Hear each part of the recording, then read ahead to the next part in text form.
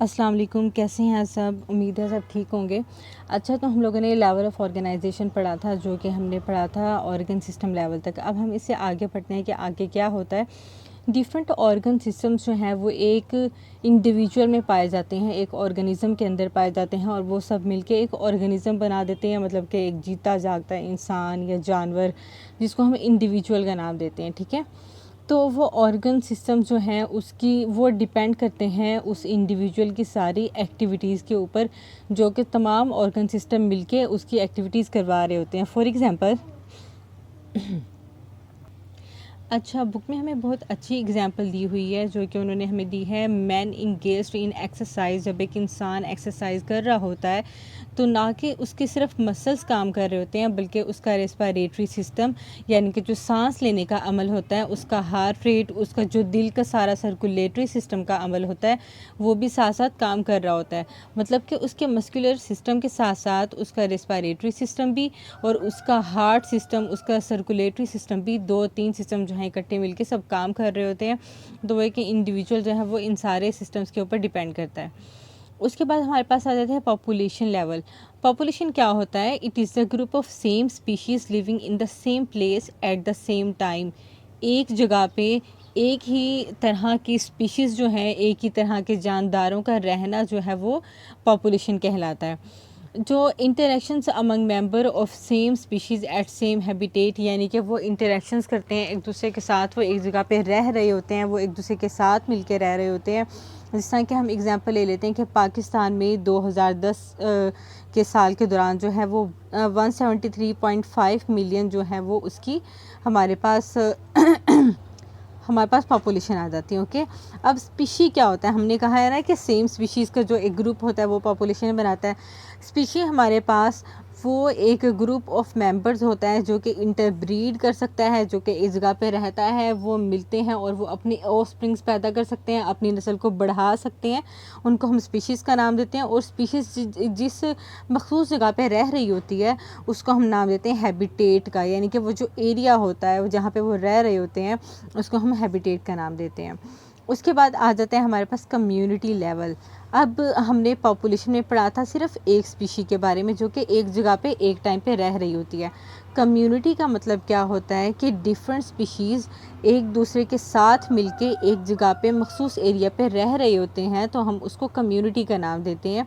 जिस तरह के हमारे पास एक जंगल की मिसाल आ जाती है। अब देखें, it includes different plants, microorganisms, fungi and animal species. जंगल के अंदर हमारे पास ये तमाम स्पीशीज़ होती हैं। प्लांट्स की स्पीशीज़ भी होती हैं, माइक्रो ऑर्गेनिजम्स की स्पीशीज़ भी होती हैं, फंजाई है, एनिमल स्पीशीज़ होती हैं, काफ़ी तरह के एनिमल्स भी होते हैं प्लांट्स में। तो ये सारे मिलके कम्युनिटी बना देते हैं। अब यहाँ पे इन्होंने हमें डेफिनेशन बताई हुई है। Communities are collection of organisms in which one population में इंक्रीज एंड अदर में डिक्रीज। यानी कि ये कम्युनिटी एक जगह पे रह रही होती है और ये एक दूसरे पे कहीं ना कहीं किसी भी लिहाज से डिपेंड कर रहे होते हैं। मतलब कि जो एनिमल्स हैं वो अपनी खुराक के लिए डिपेंड कर रहे हैं किसके ऊपर? प्लांट्स के ऊपर। अगर यहाँ पे इन विच वन पॉपुलेशन में इंक्रीज़ एंड अदर में डिक्रीज़ का मतलब क्या है कि अगर एनिमल्स तादाद में ज़्यादा होंगे तो वो ज़्यादा प्लांट्स को जो है वो अपना फूड बनाएंगे, और इसी तरह से प्लांट्स की तादाद कम हो जाएगी। तो इस लाइन का मतलब आपको समझ आ गया होगा कि अगर एक स्पीशीज़ की तादाद ज़्यादा हो रही है, एनिमल की तादाद ज़्यादा हो रही है, तो प्लांट्स की तादाद ऑब्वियसली वो कम हो जाएगी, क्योंकि वो खाए जा रहे हैं ना, वो उनका इस्तेमाल कर रहे हैं। उसके बाद जो हमारे पास कम्युनिटीज़ होती हैं वो दो तरह की होती हैं। कम्प्लेक्स कम्युनिटी होती है और सिंपल। कम्प्लेक्स कम्युनिटी में हमारे पास फॉरेस्ट आ जाता है, पॉन्ड्स आ जाता है, तालाब के अंदर डिफरेंट तरह की चीज़ें होती हैं, पौधे भी होते हैं, माइक्रो ऑर्गेनिजम्स भी होते हैं, और फिशेस भी होती हैं। ठीक है, इसी तरह फॉरेस्ट के अंदर जो है वो हम लोग पढ़ चुके हैं कि माइक्रो ऑर्गेनिज्म, प्लांट्स, एनिमल्स, ये सब होते हैं।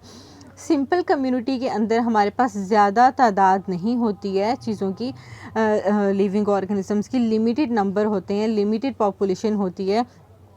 तो अगर सिंपल कम्युनिटी के अंदर अगर ज़रा सी भी कोई चेंज आ जाती है, मतलब कि अगर हम डायनासोर्स की बात कर लेते हैं, ठीक है, पहले इसको पढ़ लेते हैं।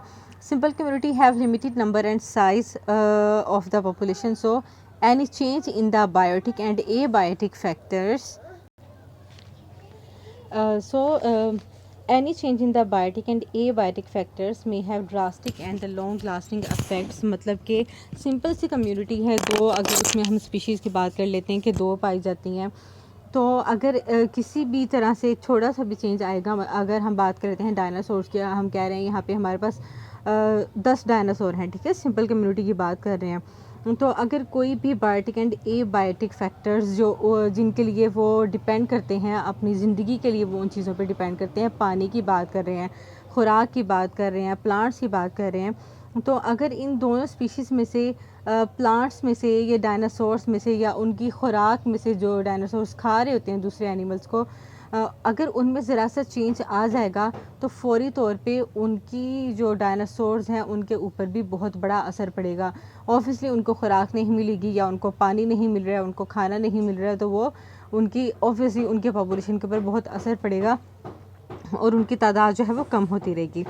अब यहाँ पे biotic and abiotic factors की बात हो रही है। बायोटिक फैक्टर्स हमारे पास वो फैक्टर्स होते हैं जो कि ऑल लिविंग ऑर्गेनिजम्स जो होते हैं इकोसिस्टम पे उनको रेफ़र किया जाता है। अब हमारे पास ह्यूमन बींग्स बायोटिक फैक्टर्स हैं, एनिमल्स हैं, बर्ड्स हैं, फंजाई हैं, ये सारे। और ए बायोटिक फैक्टर्स में हमारे पास पानी आ जाएगा, हवा आ जाएगी, सॉइल मिट्टी आ जाएगी, सनलाइट आ जाएगी, ये तमाम जो है ए बायोटिक फैक्टर्स हैं। इन दोनों चीज़ों में से किसी पर भी असर पड़ेगा तो दूसरी चीज़ के ऊपर ऑब्वियसली असर पड़ेगा। उसके बाद आते हैं बायोस्फीयर लेवल। ये क्या होता है? Part of earth that is inhibited by organisms communities known as biosphere. पूरी उसका हम कह लेते हैं कि दुनिया का, अर्थ का वो हिस्सा एक मखसूस